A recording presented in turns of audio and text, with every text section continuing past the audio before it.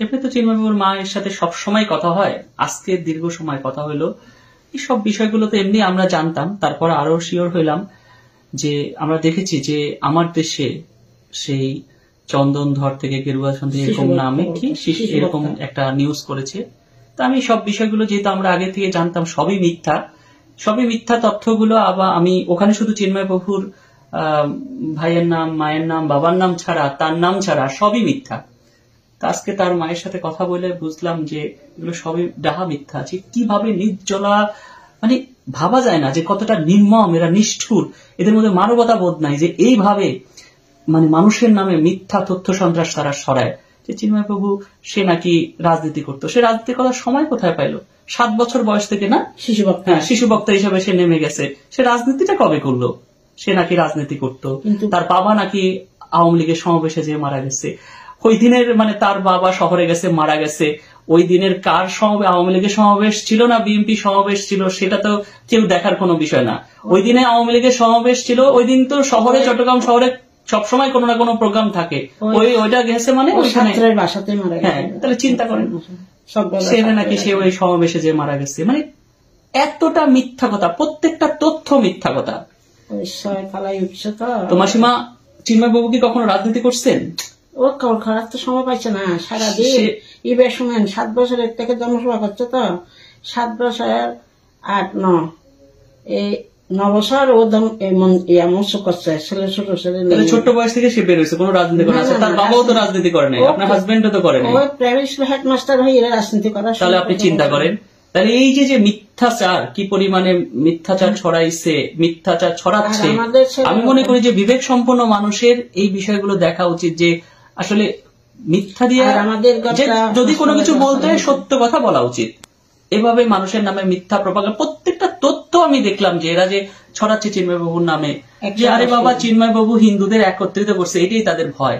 যে একজন সাধুকে এত ভয় যে একজন হিন্দুকে এক করছে, মানে তার সবচেয়ে বড় দোষ যে সে এই মানে বাংলাদেশে হিন্দুরা বিচ্ছিন্ন বিক্ষিপ্ত ছিল, বিভিন্ন মত পথে তাদের এক কেন করছে। মানে হিন্দু কেন এক হবে, হিন্দু কেন বড় বড় সমাবেশ করবে, হিন্দুরা থাকবে একেবারে পায়ে পায়ে পড়ে থাকা বিড়ালের মতন, যে পায়ের মধ্যে লুটুপুটু করে থাকতে হবে। অথবা বনসাই গাছ হয়ে তারা বৃক্ষ হইতে পারবে না, বনসাই গাছ হয়ে আপনি ড্রয়িং রুমে শোভা পাবে। তারা কেন বৃহৎ গাছ হয়ে অন্য পাখিদের আশ্রয় দিবে?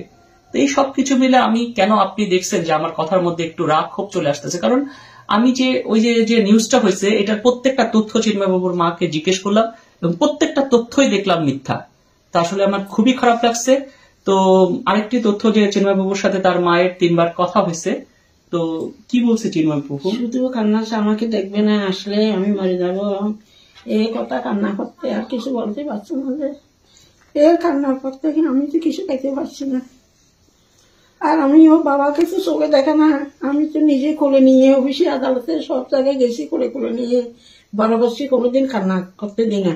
কিন্তু এই 3-4 বারের কান্নাটা আমার জীবনে শেষবারের মতন কান্না। চিন্তা করবেন না। আর দেখেন ওকে কোলে নিয়ে জনসভা করাচ্ছে সবাই। আপনি কি মনে করেন মাসিমা যে চিন্ময়বাবু কোনো অপরাধ করছে? আমার ওর জীবনে তো ও না, ওর বাবু একদম সাধু। সবাই আমাদের শ্বশুরা, আমার বাবেরা সবাই তো ধর্মপতি। তাহলে আপনার এরকম সাধুকে এরকম যে অপরাধী সাজাইছে, এই বিষয় নিয়ে আপনার মতামত কি? এরা যারা সারাচ্ছে তারাদের অপরাধ ভগবানে বিচার করবে, আজকে না হলে কালকে। এখন এক সময় হয়ে যাবে, এরা করছে আর কি ভগবানের উপর। আমি তো সব করে অর্পণ করে দিছি কৃষ্ণের মতন। না হলে ছোট কালে 5 বছরের ছেলে কি 7 বছরের ছেলে জন্মসভা করতে, 5 বছরের ছেলে কি পূজা আস্থা করেন, আর এই পূজা সবকিছু করতো। ব্রাহ্মণেরা বলতো যে আর আপনাদের পূজা আমি করবো না, আপনার ছেলে দিয়ে এই করো।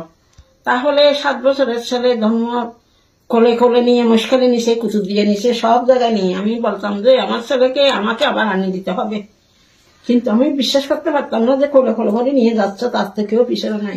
মাসিমা, আপনি চিন্তা করবেন, আপনি বলছেন যে আপনি যে আমাদের পরিবারের কেউ কোনোদিন জেলে যায় নাই, কিন্তু জেলে যায় নাই ঠিক আছে, আপনি নিজেই বলছেন যে একটা আপনার ছেলে হিন্দু জাতির জন্য সে আর আমাদের তাকে গ্রেফতার করছে, তো এর জন্য আপনার দুঃখ পাওয়ার কিছু নাই। আমাদের বংশগত বাপের বাড়ির কেউ তো একটা বিড়ি সিগারেটও খায় না, আমাদের বংশ আমার শ্বশুরা বা স্বামীরা বিড়ি সিগারেটও খায় না, কোনো কিছু নেশাযুক্ত নাই, একদম ধর্মপথ। বরঞ্চ আপনি গর্বিত, আগামীতে বাংলায় যেমন চৈতন্যদেবের মা যেমন গর্বিত সচীদেবী, ঠিক সেরকম ভাবে চিন্ময় প্রভুর মা হিসাবে আপনি মানে ঘরে ঘরে আপনাকে স্মরণ করবে।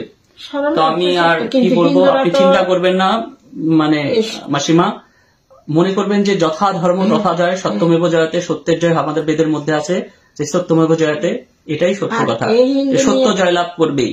যে এভাবে মিথ্যা প্রপাগান্ডা করে আসলে বেশি কিছু করা সম্ভব না। এটা আমার চোখে বাচ্চাতে কেউ অনুকূল নিয়ে, কেউ এক এক ধারা নিয়ে আমার মিন্দুরা করছে। এ কারণে সবাইকে একজুটা করিয়ে এক পথে কৃষ্ণের পথে আনিয়ে যখন মুক্তির পথে যাওয়ার জন্য করছে আর কি। এটা তার তবু সবাই বলছে রে। সর্বশেষ এক কথা যদি আপনি বলেন কিছু, যে মাসিমা কি বলবেন এক কথায়? এক কথায় বলতে পারতো যে ভগবান ওকে জীবনে বাঁচাইয়ে কোনো মতে হাঁড়ি যথায় জন্ম তথায় জয় যদি হয় হবে। আমি তো বারবার বলেছি ছেলেকে, যদি হাসির চা হয় বা বেকুড়ের চা হলে ডুব করবে, যথায় জন্ম তথায় জয়। ঠিক আছে, চিন্ময় বাবুর মাও বললো আমাদের ধর্মেও আছে যথা ধর্ম তথা জয়, এবং ধর্মই জয় লাভ করবে। ধন্যবাদ সবাইকে।